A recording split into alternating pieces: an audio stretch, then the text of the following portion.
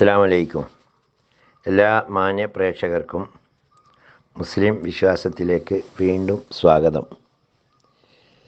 ഇസ്ലാം എന്ന് പറഞ്ഞാൽ, അല്ലെങ്കിൽ മുസ്ലിം എന്ന് പറഞ്ഞാൽ, പ്രാഥമികമായ 6 കാര്യങ്ങൾ, അത് വിശ്വാസ കാര്യങ്ങൾ എന്നറിയപ്പെടുന്നു. അപ്രകാരം തന്നെ അനുഷ്ഠിക്കേണ്ട കർമ്മപരമായ 5 കാര്യങ്ങൾ, ഇത് കൂടിച്ചേരുന്ന ഒരു സമാഹാരമാണ് ഇസ്ലാമിൻ്റെ അടിസ്ഥാനം. വിശ്വാസ കാര്യങ്ങളെക്കുറിച്ച് പറഞ്ഞു വരുമ്പോൾ ഒന്നാമത് വിശ്വസിക്കേണ്ടത് അള്ളാഹുവിനെക്കുറിച്ചാണ്. അള്ളാഹുവിനെക്കുറിച്ചുള്ള വിശ്വാസം എന്ന് പറഞ്ഞാൽ അള്ളാഹു എങ്ങനെയായിരിക്കണം, എങ്ങനെയാകാൻ പാടില്ല എന്നിങ്ങനെ 20 വീതം അള്ളാഹുവിൻ്റെ സിഫത്തുകൾ എന്ന് പറയും. എന്ന് പറഞ്ഞിട്ടുണ്ടെങ്കിൽ വിശേഷണങ്ങൾ. അള്ളാഹുവിനെ പറ്റി ഒന്നാമത്തെ സിഫത്തായി പറയുന്നത് വുജൂദ്, ഉള്ളവനായിരിക്കണം. 2 കിദം എന്ന് പറഞ്ഞാൽ അനാദ്യനായിരിക്കണം. അള്ളാഹുവിൻ്റെ ഉണ്ടാകലിന് ഒരു തുടക്കമുണ്ടാകാതിരിക്കണം. മൂന്നാമത് പറയുന്നത് ബക്കാ എന്ന് പറഞ്ഞാൽ എന്നെന്നും നിലനിൽക്കണം. ഈ കിദമും ബക്കാവും കൂടി നമ്മൾ കൂട്ടി വായിക്കുമ്പോൾ അള്ളാഹു ഒരു ദിവസം, അല്ലെങ്കിൽ ഇന്ന വർഷത്തിൽ, അല്ലെങ്കിൽ ഇന്ന കാലത്ത് ഉണ്ടായവൻ ആണെന്നോ, അല്ലെങ്കിൽ ഇന്ന കാലം വരെ ഉണ്ടാകുമെന്നോ വിശ്വസിക്കാൻ പാടില്ല. അള്ളാഹുവിൻ്റെ ഉണ്ടാകലിന് ആദ്യമില്ല, അതുപോലെ തന്നെ ഉണ്ടാകലിന് ഒരു അവസാനവും ഇല്ല. ഇതാണ് കിദമ് ബക്കാ എന്ന് പറഞ്ഞ സിഫത്തുകളുടെ അർത്ഥം. പിന്നീട് പറയുന്നത് മുഖാലഫത്തുല്ലിൽ ഹവാദിസി, എല്ലാ പടപ്പുകളോടും എല്ലാ തരത്തിലും വ്യത്യാസമുള്ളവനായിരിക്കണം. അള്ളാഹുവിന് ഒരു സൃഷ്ടിയോട് താരതമ്യം ഉണ്ടാകാൻ പാടില്ല. അടുത്തത് ഖിയാമും ബിന്നഫ്സി, സ്വയം നിലനിൽക്കുന്ന, സ്വയം പര്യാപ്തനായിരിക്കണം അള്ളാഹു. എന്നുവെച്ചാൽ മറ്റുള്ളവരെ ഒരു തരത്തിലും ആശ്രയിക്കുന്നവൻ അള്ളാഹു ആകില്ല, അവൻ ദൈവമല്ല എന്നതാണ് ഈ വിശ്വാസത്തിൻ്റെ അടിസ്ഥാനം. 6ാമത് വരുന്നത് വഹ്ദാനിയത്ത് എന്ന് വെച്ചാൽ ഒരുവനായിരിക്കണം.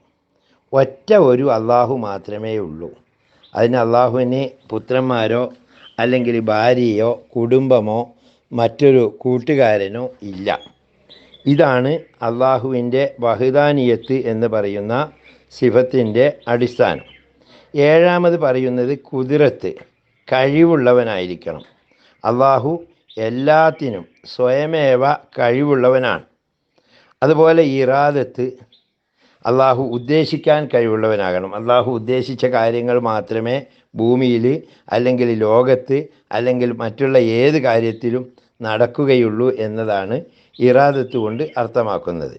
9 ഇൽമ് എന്ന് പറയുമ്പോൾ എല്ലാത്തിനെക്കുറിച്ചും, നമുക്ക് മനുഷ്യന്മാർക്ക് ചില കാര്യങ്ങൾ അറിയാം, മറ്റ് ചില കാര്യങ്ങൾ അറിയില്ല.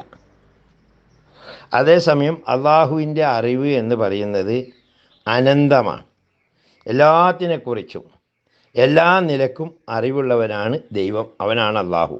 അടുത്തത് 10ാമത്തേത് പറയുന്നത് ഹയ്യ്, ജീവനുള്ളവനായിരിക്കണം, ജീവിച്ചിരിക്കുന്നവനായിരിക്കണം. അള്ളാഹു ഒരിക്കലും മരിക്കുകയില്ല, ഇതുവരെ മരിച്ചിട്ടില്ല, ഒരിക്കലും മരിക്കുകയുമില്ല. അങ്ങനെ തുടങ്ങുന്ന 20 സിഫത്തുകൾ. അപ്പോൾ ഇതിന് വിപരീതമായി വരുന്ന കാര്യങ്ങൾ നോക്കാം. എന്നുവെച്ചാൽ ആദ്യം ഞാൻ പറഞ്ഞു വുജൂദ്, ഉള്ളവനായിരിക്കണം. ഇല്ലാത്തവൻ ഒരിക്കലും അള്ളാഹു ആകില്ല എന്നാണ് അതിൻ്റെ വിപരീതമായി വരുന്നത്. കിദമ് എന്ന് പറഞ്ഞാൽ അനാദ്യനായിരിക്കണം, അള്ളാഹുവിനൊരു തുടക്കമില്ലാതിരിക്കണം എന്നാണ് അർത്ഥം വെച്ചത്. അപ്പോൾ എപ്പെങ്കിലും ഒരു തുടങ്ങിയ ഒരാളാണെങ്കിൽ അത് അള്ളാഹു അല്ല. അങ്ങനെ പോകുന്ന 20 സിഫത്തുകൾ, അത് അള്ളാഹുവിൻ്റെ വിശേഷണങ്ങളായി പറയപ്പെടുന്ന, അള്ളാഹുവിന് ഉണ്ടാകേണ്ട 20 സിഫത്തുകൾ, ഉണ്ടാകാൻ പാടില്ലാത്ത 20 സിഫത്തുകൾ. ഇതറിഞ്ഞുകൊണ്ട് അള്ളാഹുവിനെ വിശ്വസിക്കുക എന്നതാണ് ഈമാൻ കാര്യത്തിൽ ഒന്നാമതായി പറയുന്നത്. 2ാമത്തെ കാര്യം മലക്കുകളെ കൊണ്ട് വിശ്വസിക്കണം. അള്ളാഹുവിന് അനന്തകോടി സൃഷ്ടികളിൽ ഒരു വിഭാഗമാണ് മലക്കുകൾ. അവർ പ്രകാശത്താൽ സൃഷ്ടിക്കപ്പെട്ടവരാണ്. അവർക്ക് ഭക്ഷണമോ വെള്ളമോ ആവശ്യമില്ല. അള്ളാഹുവിൻ്റെ കൽപ്പനയ്ക്ക് അവർ ഒരിക്കലും എതിര് പ്രവർത്തിക്കുകയില്ല എന്നിങ്ങനെ വിശദമായി മലക്കുകളുടെ വിശ്വാസം. മൂന്നാമത്തേത് കിതാബുകളിലുള്ള വിശ്വാസം. അള്ളാഹു 4 കിതാബുകളും 100 ഏടുകളും ഇറക്കിയിട്ടുണ്ട്. അതിൽ 1, 2, 3, 4 എന്നിങ്ങനെ 4 കിതാബുകളാണ് പ്രധാനമായും ഇറക്കിയിരിക്കുന്നത്.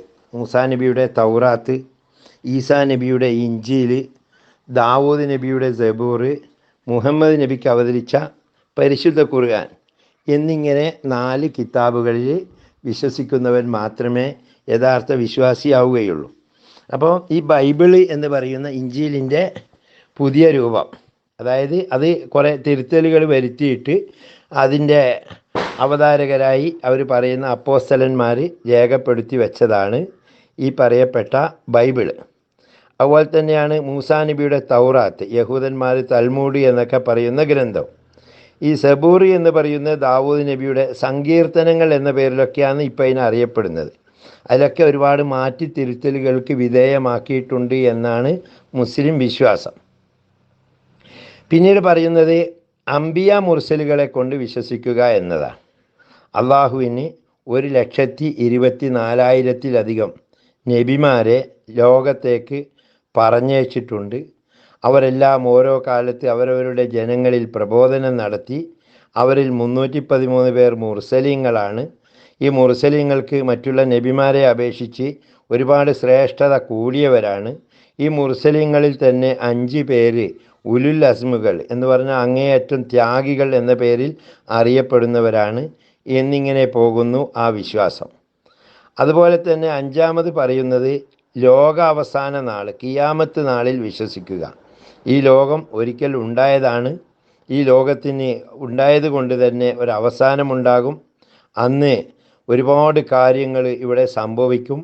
ഭൂമി സർവനാശം സംഭവിച്ചുകൊണ്ട് ഇവിടുത്തെ പർവ്വതങ്ങളെല്ലാം പൊടിപൊടിയാകും എന്നിങ്ങനെ തുടങ്ങി ഖുർആനിൽ അതേക്കുറിച്ച് ഒരുപാട് പ്രസ്താവനകൾ വന്നിട്ടുണ്ട്. അതുപോലെ തന്നെ ഈ അന്ത്യനാൾ എന്ന് പറയുമ്പോൾ ഈ ലോകാവസാനം മാത്രമല്ല, അതുവരെ ജനിച്ച മുഴുവൻ സൃഷ്ടികളെയും ഒരുമിച്ച് കൂട്ടി മഹ്ശർ എന്ന് പറയുന്ന അതിവിസ്താരമായ ഒരു മൈതാനിയിൽ ഒരുമിച്ച് കൂട്ടിക്കൊണ്ട് മനുഷ്യരെ ഓരോരുത്തരും ചെയ്ത തെറ്റുകൾ, അതുപോലെ തന്നെ ശരികൾ, നന്മ തിന്മകൾ വിചാരണ ചെയ്യപ്പെട്ടുകൊണ്ട് അവരെ സ്വർഗത്തിലേക്കോ നരകത്തിലേക്കോ പറഞ്ഞയക്കും എന്നിവ ഉൾപ്പെടെയുള്ള വിശ്വാസത്തിനാണ് അവസാന നാൾ കൊണ്ടുള്ള വിശ്വാസം എന്ന് പറയുന്നത്. 6-മത്തെ വിശ്വാസമായി പറയുന്നത് അള്ളാഹുവിൻ്റെ വിധിയിലുള്ള വിശ്വാസം. ഈ ലോകത്ത് എന്ത് കാര്യങ്ങൾ നടക്കുകയാണെങ്കിലും അത് അള്ളാഹുവിൻ്റെ വിധിക്കനുസരിച്ച് മാത്രമേ നടക്കൂ, അള്ളാഹു കണക്കാക്കിയത് മാത്രമേ നടക്കൂ എന്ന വിശ്വാസമാണ് ഖദർ കൊണ്ടുള്ള വിശ്വാസം എന്ന് പറയുന്നത്. അപ്പോൾ ഈ വിശ്വാസങ്ങൾ വിശ്വസിച്ച ഒരാൾ ആ വിശ്വാസത്തിൻ്റെ ബഹിർസ്ഫുരണമായി ചെയ്യപ്പെടേണ്ട 5 അനുഷ്ഠാന കർമ്മങ്ങളുണ്ട്. അതിൽ 1-മത്തേത് ഷഹാദത്ത് എന്ന് പറഞ്ഞു കഴിഞ്ഞാൽ അള്ളാഹു അല്ലാതെ ആരാധ്യനായി ആരുമില്ല എന്നും മുഹമ്മദ് നബി അവൻ്റെ റസൂലാണെന്നും അംഗീകരിച്ചുകൊണ്ട് വിശ്വസിച്ചുകൊണ്ട് പ്രഖ്യാപിക്കുന്നതിനാണ് ഷഹാദത്ത് എന്ന് പറയുന്നത്. അതാണ് 1-മത്തെ അനുഷ്ഠാന കർമ്മം. 2-മതായി പറയുന്നത് 5 നേരത്തെ നമസ്കാരമാണ്. അത് ളുഹർ, അസർ, മഗ്രിബ്, ഇശാ, സുബ്ഹി എന്നിങ്ങനെ പോകുന്ന 5 വക്ത് നിർബന്ധ നിസ്കാരങ്ങളെക്കുറിച്ചാണ്. പിന്നീട് പറയുന്നത് സക്കാത്ത് കൊടുക്കുക. കഴിവുള്ളവർ മുതലുള്ളവർ കണക്കനുസരിച്ച് സക്കാത്ത് കൊടുക്കലാണ് ഇസ്ലാമിൻ്റെ 3-മത്തെ അനുഷ്ഠാന കർമ്മം എന്ന് പറയുന്നത്. 4-മത് റമദാൻ മാസത്തിൽ നോമ്പനുഷ്ഠിക്കുക. ഈ റമദാൻ മാസം എല്ലാ വിശ്വാസികളും, സമ്പത്തുള്ളവനും ഇല്ലാത്തവനും, കഞ്ഞി കുടിക്കാൻ ഗതിയുള്ളവനും ഇല്ലാത്തവനും എല്ലാവർക്കും ഒരേപോലെ ബാധ്യതയായ വ്രതാനുഷ്ഠാനമാണ് ഇസ്ലാമിലെ 4-മത്തെ കർമ്മം എന്ന് പറയുന്നത്. 5-മത്തേത് കഴിവുള്ളവർ, അത് ശരീരം കൊണ്ടും സാമ്പത്തികമായും വഴിയാലും യാത്രക്കെല്ലാം കഴിവുണ്ടെങ്കിൽ അവർ പരിശുദ്ധ മക്കയിൽ പോയി ഹജ്ജ് കർമ്മം നിർവഹിക്കണം. ഇതാണ് ഇസ്ലാമിൻ്റെ 5-മത്തെ കർമ്മം എന്ന് പറയുന്നത്. അതേപോലെ തന്നെ വിശ്വാസവുമായി ബന്ധപ്പെട്ട ഒരുപാട് അനുഷ്ഠാനവുമായി ബന്ധപ്പെട്ട ഒരുപാട് ശാഖാപരമായ കാര്യങ്ങൾ വേറെയും പറഞ്ഞിട്ടുണ്ട്.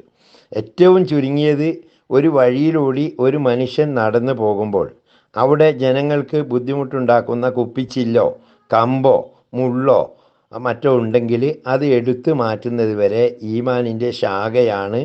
അതുപോലെ തന്നെ മാതാപിതാക്കളെ ബഹുമാനിക്കുക, നാം അനുസരിക്കേണ്ടവരെ അനുസരിക്കുക എന്നിങ്ങനെ തുടങ്ങി നിരവധിയായ ശാഖകളുണ്ട്. ഇതെല്ലാം കൂടി ചേരുമ്പോഴാണ് ഒരു വിശ്വാസി യഥാർത്ഥ വിശ്വാസിയായി മാറുന്നത്. മുസ്ലിം എന്നതിന് പ്രവാചകൻ പഠിപ്പിച്ചത് അൽ മുസ്ലിമു മൻ സലിമൽ മുസ്ലിമൂന മിൻ യദിഹി വലിസാനിഹി. മുസ്ലിം എന്ന് പറഞ്ഞാൽ അവൻ്റെ കൈ കൊണ്ടോ അല്ലെങ്കിൽ നാവിൽ നിന്നും മറ്റ് മുസ്ലിങ്ങൾ രക്ഷപ്പെട്ടവരാണ് മുസ്ലിം എന്നാണ് ഇസ്ലാമിൻ്റെ അധ്യാപനം. നാം ഒരാളെ നമ്മുടെ കൈ ഉപയോഗിച്ചോ അല്ലെ നാവ് ഉപയോഗിച്ചോ വെറുപ്പിക്കാനോ ബുദ്ധിമുട്ടിക്കാനോ പാടില്ല. അവൻ്റെ കുറ്റങ്ങൾ പറയുക, അല്ലെങ്കിൽ അവനെപ്പറ്റി ഏഷണി പറയുക, അതുപോലെ തന്നെ അവനെ ചീത്ത പറയുക എന്നിങ്ങനെ തുടങ്ങി കളവ് പറയുക തുടങ്ങി നാവിനെ സൂക്ഷിക്കേണ്ട ഒരുപാട് കാര്യങ്ങൾ. അതുപോലെ മറ്റുള്ളവനെ ഉപദ്രവിക്കുക, മർദ്ദിക്കുക, അവനോട് അക്രമം ചെയ്യുക തുടങ്ങി അവൻ്റെ കൈ കൊണ്ടുള്ള അപകടങ്ങളിൽ നിന്നും മറ്റ് മനുഷ്യർ മുസ്ലിങ്ങൾ രക്ഷപ്പെടുമ്പോൾ മാത്രമേ ഏതൊരു വ്യക്തിയും മുസ്ലിമാവുകയുള്ളൂ.